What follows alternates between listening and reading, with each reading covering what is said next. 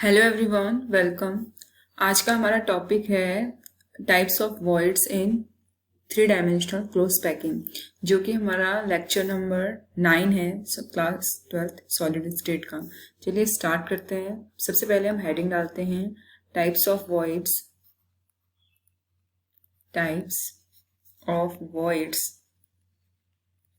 In three dimensional close packing. Okay, तो three dimensional close packing में कितने type की वॉइड्स होती हैं? ये जनरली 2 टाइप्स की होती हैं। ठीक, तो कौन कौन सी होती है? एक होता है हमारा टेट्राहेड्रल वॉइड और second one is octahedral void. 2 types की होती है, टेट्राहेड्रल वॉइड और ऑक्टाहेड्रल वॉइड। पहले हम बात करते हैं tetrahedral void. Tetrahedral void tetrahedral void का क्या मतलब होता है? वॉइड मतलब खाली स्थान, ठीक है, बचा हुआ खाली स्पेस को हम वॉइड कहते हैं। तो ये कैसे बनता है? जैसे कि ये हमारे स्फीयर है, जिसे हम एटम कह रहे हैं।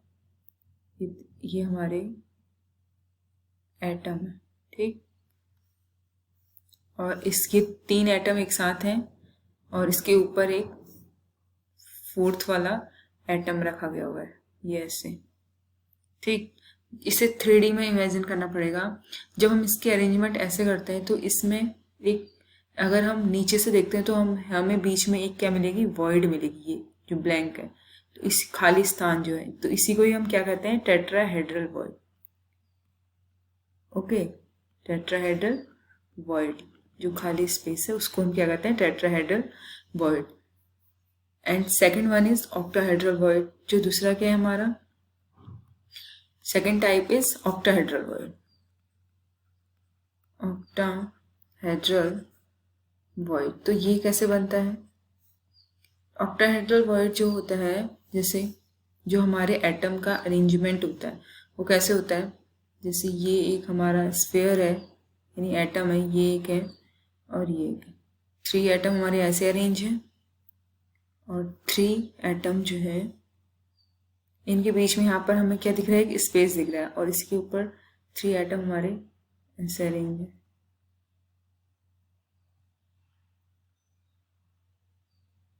ओके, तो इनको जब हम अरेंज करके इनके बीच में जो हमें स्पेस मिलता है, इसी को ही हम क्या कहते हैं?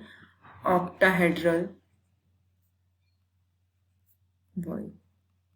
ओके, तो ये ऑक्टाहेड्रल वॉइड है। जब हम ऊपर से देखते हैं तो इसके बीच में हमें खाली स्पेस मिलता है, तो इसे हम क्या कहते हैं? Octahedral void. और इनके बीच में जो खाली स्पेस मिला हमें यहाँ पर, वो क्या था? हमारा tetrahedral void. Okay, now next point जो है, अगर किसी भी मतलब एटम में अगर नंबर ऑफ पार्टिकल्स n है, यहाँ पर हम लिखते हैं if n is the number of particles in FCC बोल लो या फिर CCP या HCP, किसी में भी। CCP को हम क्या कहते हैं? FCC, CCP या फिर HCP, hexagonal close packing structure. Then उसमें टेट्राहेड्रल वॉइड क्या कितने होंगे?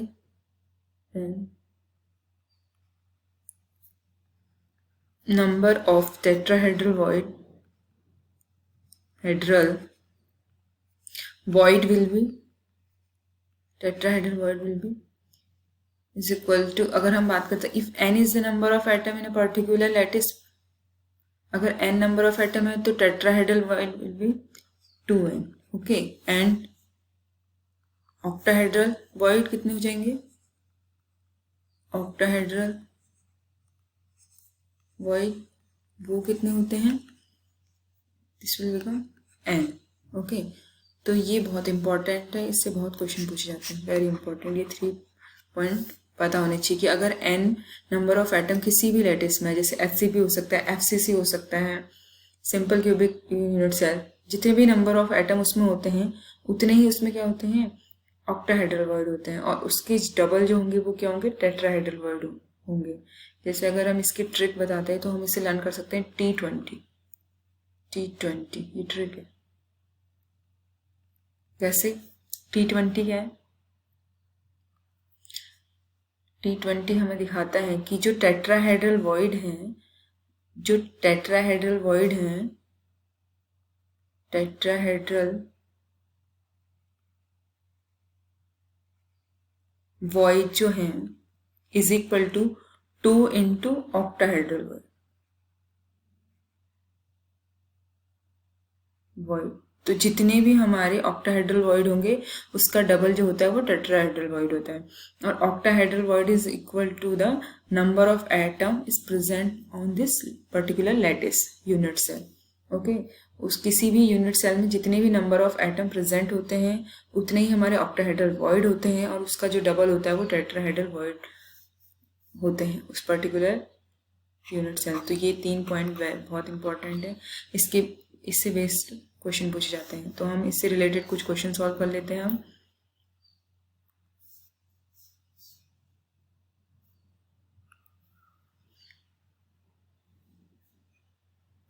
पहले ये वाला क्वेश्चन सॉल्व कर लेते हैं। फर्स्ट क्वेश्चन कह रहा है कि व्हाट इज द फॉर्मूला। तो अब यहाँ पर फॉर्मूला मेकिंग, ये टॉपिक है फॉर्मूला मेकिंग कि हम कैसे फॉर्मूला बना सकते हैं। फॉर्मूला मेकिंग जिसे कहेंगे, हम यहाँ पर फॉर्मूला बनाएंगे। तो क्वेश्चन क्या है हमारा, टॉपिक ये है what is the formula of the compound in which the element Y form CCP letters. तो हमें पता है कि जो CCP होता है, अगर हम सॉल्यूशन की बात करते हैं, we know that CCP means close cube packing. तो इसमें जो नंबर ऑफ पार्टिकल्स होते हैं इन CCP लैटिस, जो एटम होते हैं, एटम कितने होते हैं CCP, यानी CCP को ही हम क्या कहते हैं, FCC भी कहते हैं ना, ये हमने पढ़ा था पीछे। CCP को ही हम क्या कहते हैं, FCC कहते हैं। और FCC में नंबर ऑफ एटम्स कितने होते हैं, 4 होते हैं। तो यहाँ पर क्वेश्चन कह रहा है what is the formula of a compound in which the element Y form CCP। तो Y हमारा क्या बना रहा है, CCP बना रहा है, क्लोज क्यूबिक पैकिंग बना रहा है। And atom X occupy 1/3 of the tetrahedral void. तो और जो हमारा X है वो ऑक्यूपाई कर रहा है 1/3 part of the tetrahedral void. And we know that the number of tetrahedral void will be, क्योंकि हमें ट्रिक पता है कि जो T20 होते हैं, और octahedral is equal to number of lattice point या एटम्स। तो टेट्राहेड्रल वॉइड कितने हो जाएंगे, टेट्राहेड्रल वॉइड्स की अगर हम बात करते हैं तो वो कितने हो जाएंगे, 2 इंटू ऑक्टाहेड्रल वॉइड। ओके, और ऑक्टाहेड्रल वॉइड जो होते हैं वो इसके बराबर होते हैं, कितने उसमें लैटिस पॉइंट हैं, तो यानी 4, 2 इंटू ऑक्टाहेड्रल वॉइड भी 4 ही होंगे हमारे, 4 यानी टेट्राहेड्रल वॉइड कितने होंगे हमारे, 8। अकॉर्डिंग टू क्वेश्चन में बोल रहा है कि जो हमारे atom X occupy 1/3 of the tetrahedral void, X की बात करते हैं तो वो क्या है, 1/3 ऑफ द टेट्राहेड्रल वॉइड, और tetrahedral void is equal to 8। तो जब हम इसको सॉल्व कर लेंगे तो कितना जाएगा, 8/3। अब हमें तो फॉर्मूला बनाना है, ये हमारा हो गया X की वैल्यू, और Y की वैल्यू इसने कहा था Y फॉर्म CCP लैटिस।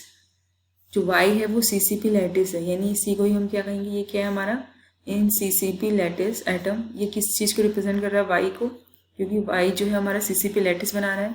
तो अगर हम फॉर्मूला बनाते हैं तो हम इससे ऐसे लिख लेते हैं, यहाँ पर हमने X लिखा, रेशियो लगाया Y। ओके, तो X की वैल्यू कितनी आई हमारी, 8/3, ठीक। और Y की वैल्यू कितनी आई है, Y की वैल्यू तो 4 है। इसको सिंप्लीफाई करेंगे तो यहाँ से हमने क्या, हमें ये रेशियो हटाना है, यानी 8/3 को फ्रैक्शन हटाना है। तो यानी 3 से हमने दोनों साइड क्या कर दिया, मल्टीप्लाई कर दिया। जब इसको 3 से मल्टीप्लाई करेंगे तो कितना जाएगा, 3 से 3 कट जाएगा, यहाँ पर बचेगा 8, और यहाँ पर कितना जाएगा, 12। ओके, यहाँ पर कर लेते हैं ऊपर X रेशियो Y की वैल्यू कितनी आ गई, 8/12। जब हम इसको सॉल्व करेंगे, सिंप्लीफाई करेंगे तो 4 2 जा 8, 4 3 जा 12, यानी X एंड Y की जो वैल्यू आ गई वो 2 आई, और इसकी वैल्यू कितनी आई, 3। तो हमारा जो फॉर्मूला बन के रेडी हुआ वो क्या हुआ, X2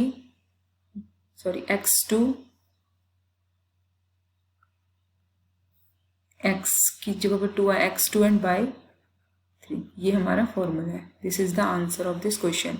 ये क्वेश्चन प्रीवियस ईयर में भी पूछा गया हुआ है, बहुत इंपॉर्टेंट है। ओके, तो ये हमारा क्या हुआ, फॉर्मूला बन के तैयार है। आई होप समझ में आया होगा। Now move on the next question. एक और क्वेश्चन सॉल्व कर लेते हैं, जो कि हमारा ये है। इस क्वेश्चन में क्या कह रहा है, पहले हम इसे पढ़ते हैं। Atom of element B form HCP lattice and those of the element A occupy 2/3 of the tetrahedral void. What is the compound formed by the element A and B? A और B के द्वारा क्या compound बनेगा। ठीक, तो सबसे पहले हम बात करते हैं, अगर हमें पता नहीं है कि कितने HCP में कितने नंबर ऑफ लैटिस पॉइंट होते हैं, तो हम इसे मान लेते हैं let the number of lattice point in HCP is equal to n, हमने लेट कर लिया। ओके, जो किस चीज को रिप्रेजेंट कर रहा है, हमारे B को।